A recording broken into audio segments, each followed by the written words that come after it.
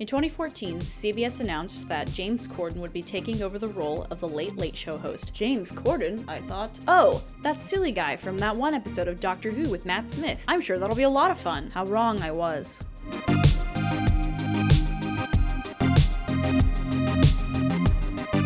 James Corden, a man whose Wikipedia picture looks like he's reacting to all the things I'm about to tell you. He is currently the host of The Late Late Show on CBS. He took on this role in 2015 after our dear Craig Ferguson stepped down. Notable additions to Corden's filmography include Gavin and Stacey, which he co-wrote, 2 episodes of Doctor Who, Into the Woods, Cats, The Prom, and multiple award shows. In a relatively short amount of time, he's become quite a presence on TV, both in Britain and America. On camera, he has a happy-go-lucky attitude, a goofy sense of humor, and an overall wholesome vibe. John Doyle, a TV critic for the Globe and Mail, even said, "Corden is not the king of late night and never will be. He's the king of nice. He still manages to insert a general air of liberal tolerance and respect. Except when he isn't. And when he doesn't." Slowly but surely, James Corden has been falling out of favor with the public. After the latest video from our queen, Sarah Zed, about the internet turning on the McElroy brothers, it got me thinking about other celebrities who hadn't been canceled per se, but had definitely failed to live up to the persona or the image that they've created or that fans had come to expect. And after seeing the recent news about James Corden's Spill Your Guts segment, which we will talk about in a minute, it got me thinking about all the other instances of Corden's failure to maintain his wholesome image. While my opinion may be sprinkled throughout, as this is a YouTube video and not an academic paper, I'm going to stick to the facts here. So before anything personal that I say catches you off guard, I will disclaimer this whole video by saying that I don't really like James Corden. I think he's a performative liberal who relied too much on whatever dumb thing Trump said that week to get a laugh. He relies too much on gags and out-of-studio scenes to compensate for his lack of interviewing skills, and despite his best efforts, he's not that great of a singer or a dramatic actor. But all that's irrelevant. So today we're going to talk about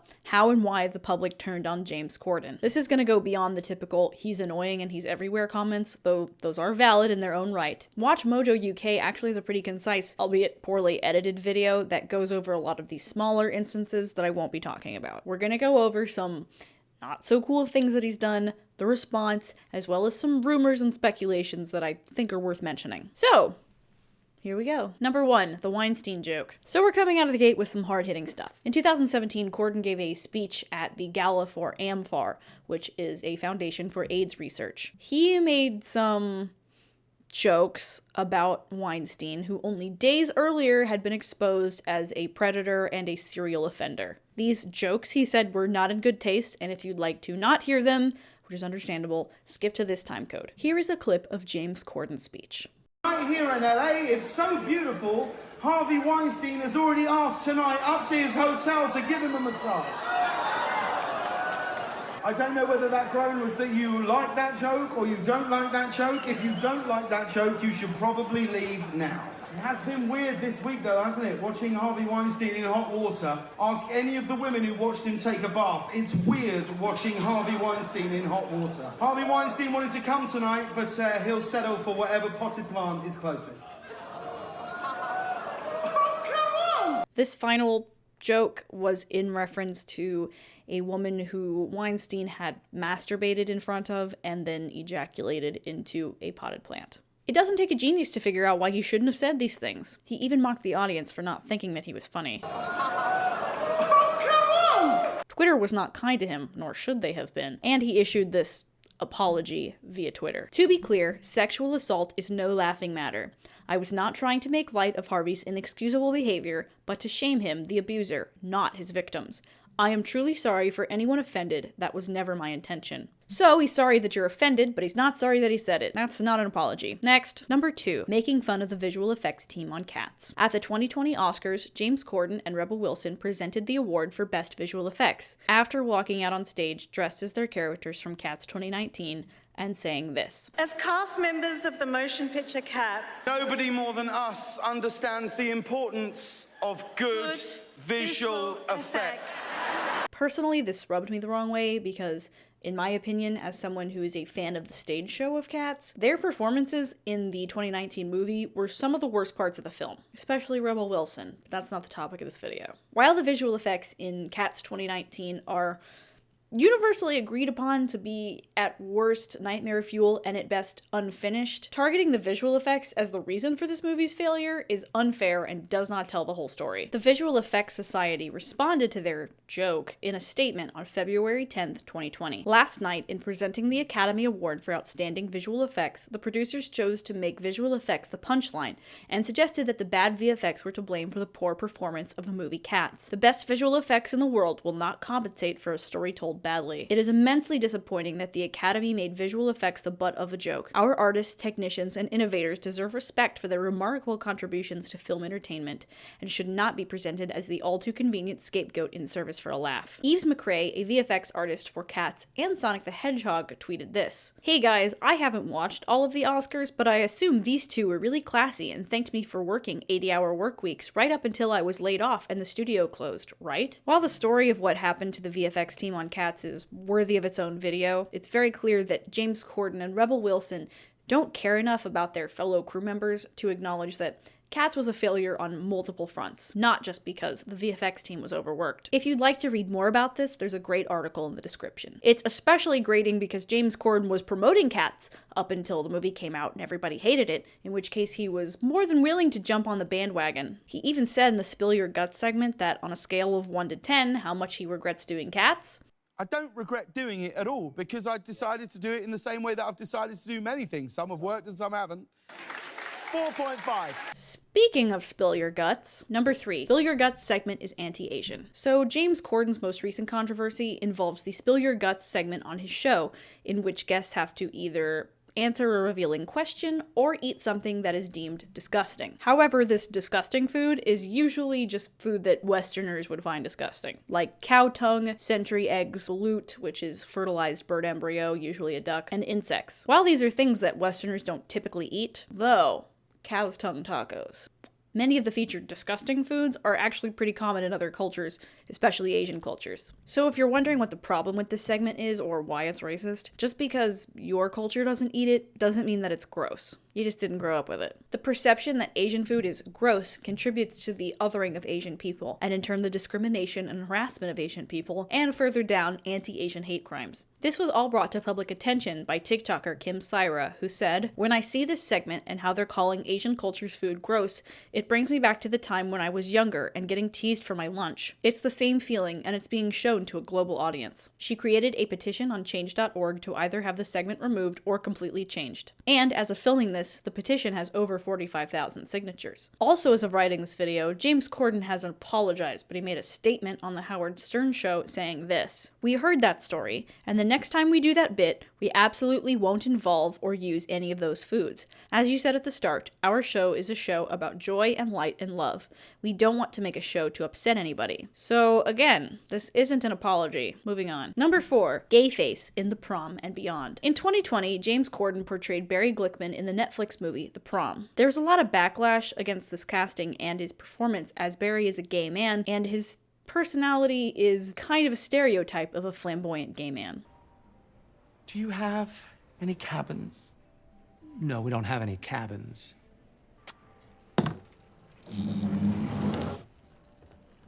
How about now? The internet has long debated on whether or not straight actors should portray gay characters. They shouldn't. And James Corden was just another cog in this unfortunate machine. Twitter called his performance homophobic, naming other gay actors that could have just as easily had the role. But that's what acting is, you say. Yeah, he's acting like a stereotype. I don't want to discuss this for a long time, but James Corden never apologized or made a statement about this. Truthfully, my issue with James Corden and queerface, is that a word?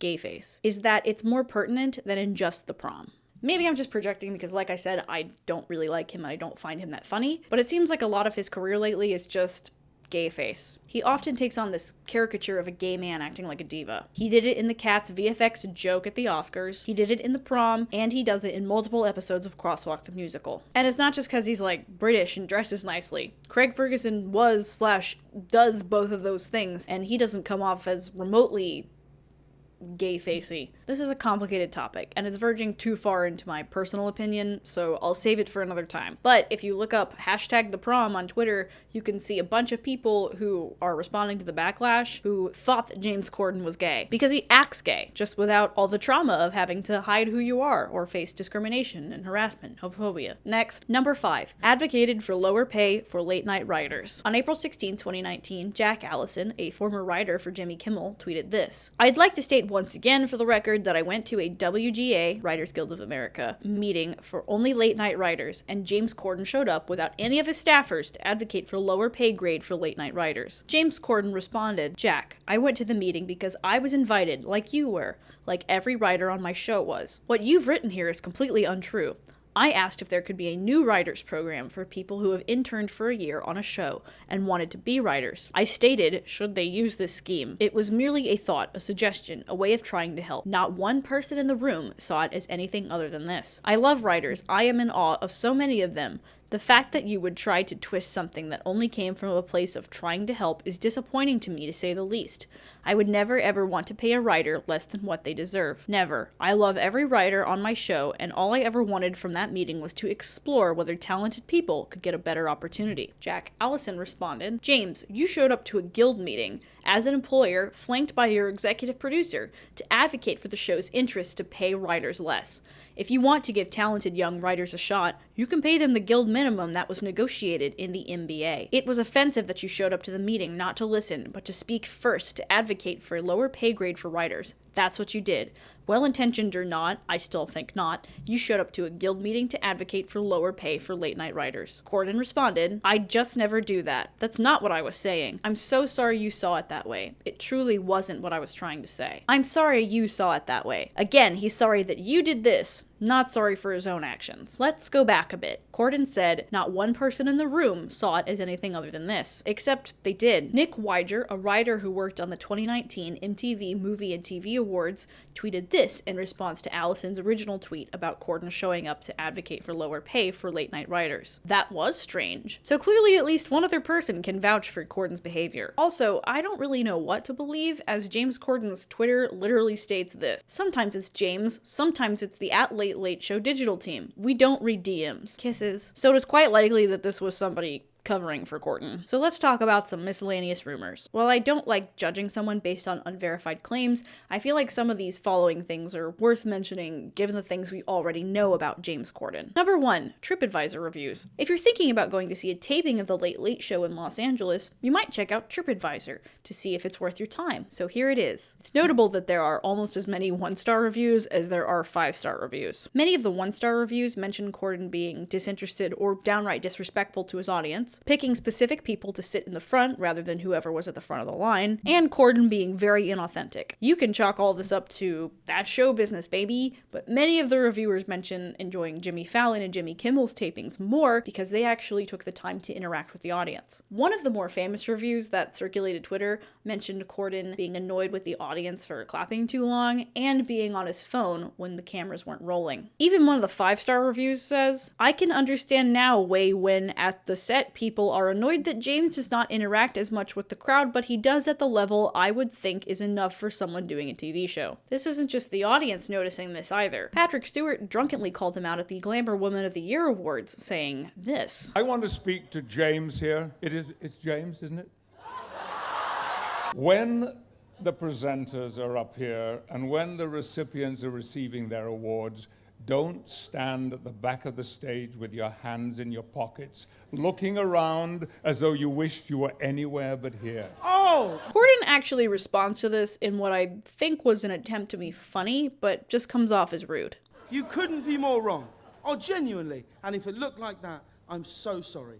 But when you come up and present an award, just get on with it. There we go. This whole video is an absolute cringe fest. Watch at your own discretion. Link is in the description. Anyway, while these reviews are not necessarily verifiable or documented truths, it's really telling that there are so many 1 and 2 star reviews. Many of the reviews mention not even being able to see the show because apparently having a ticket and standing at the front of the line is meaningless. While that's not necessarily Corden's fault, it's a microcosm of the disrespect that the show has for its audience. Number 2, carpool karaoke. This is a brief one, but multiple people have stated that Corden stole the concept of carpool karaoke. Corden has been doing the carpool karaoke bit since 2011. Flula has been doing auto-tunes videos since 2012. In 2015, John Jay and Rich tweeted that Corden stole karaoke from them. But in 2020, TikTok was all over the idea that Corden stole carpool karaoke from Dave Chappelle. In 2003, The Chappelle Show aired a video of him driving a car with rapper Mos Def in the passenger seat performing one of his songs. Face off, this shit to let you know it's really not a game, dog.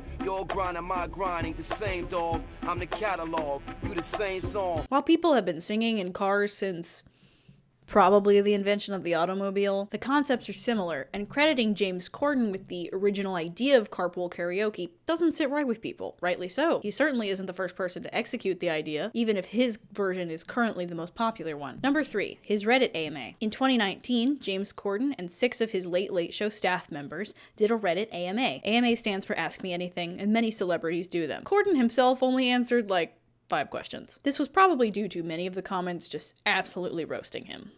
There were multiple allegations of him being a jerk to restaurant waitstaff, his own staff, and fans, and just being a general turd. Again, much of this is unverifiable, but it is remarkable to see such a dog pile. People were also upset that Corden dipped out after like 5 questions and left his staff members to clean up the mess that he left behind. They also answered the remaining questions, many of which were genuine questions meant for James Corden himself. This did not go unnoticed. One of the comments on the AMA actually involved the next thing we're going to talk about, which is number 4, James on a plane. The final rumor that I'd like to discuss is the story of Corden's in-flight behavior. The short version is that James Corden was on a long flight and was seated next to a woman with a crying baby. He had headphones in the entire time and didn't pay any attention to the woman and her baby, and then when the flight was over, she was having trouble getting her bags down from the overhead and said, "Can't you just hold her for 1 second while I get the bags?" The implication is that the woman was his wife and the baby was his child. So while this seems like pretty damning evidence of Corden being a douchebag, as far as my research can tell, this story originated on Pop Bitch. Pop Bitch is a gossip website, which is notorious for posting things that are not verified, not fact-checked, or are deliberately untrue. So the validity of this is questionable at best, but the fact that it's not surprising or that you believed it for even a fraction of a second speaks volumes. Corden has, no surprise, made no comment on this story. And he probably never will, and will probably never know. So, what now? After it was announced that Ellen was going to be leaving her show after 19 years, and some not-so-kind things that happened behind the scenes and on stage, people speculated who would be taking over the daytime slot. For a while, there were rumors about James Corden taking over the slot, and Twitter didn't seem to like that. Well, we can all breathe easier knowing that Kelly Clarkson's going to take over the slot instead. It's really telling of just how sick of Corden everybody is when, rather than, vague excitement or being interested, we get a slew of tweets about how Corden is arguably worse than Ellen. So, the tide is turning on Corden because people are finding out that he's not a great person. What do we do now? As with any famous person, we have to remember that most of what we see is manufactured. Generally, the more famous you are, the more manufactured your presence becomes. I'm not even famous, unless you count that old cosplay video that has over 57,000 views, and the fact that I was recognized in a local Joann Fabrics by some teenagers buying cosplay material. But these videos I make, as honest as I am, will never be a truly authentic version of myself. It's all edited to cut out the things that I don't want you to see. I hope I haven't had something in my teeth.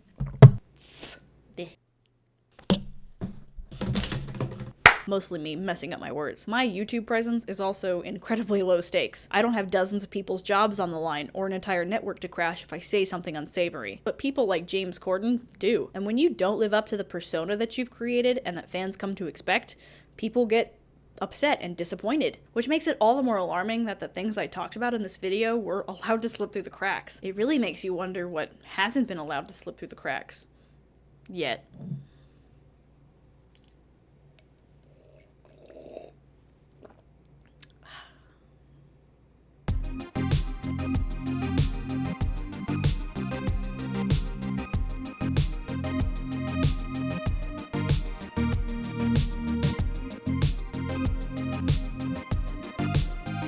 Special thank you to my patrons on Patreon, Josh Ferguson, I Am the Teacup, and Alexis Womack. That was dumb.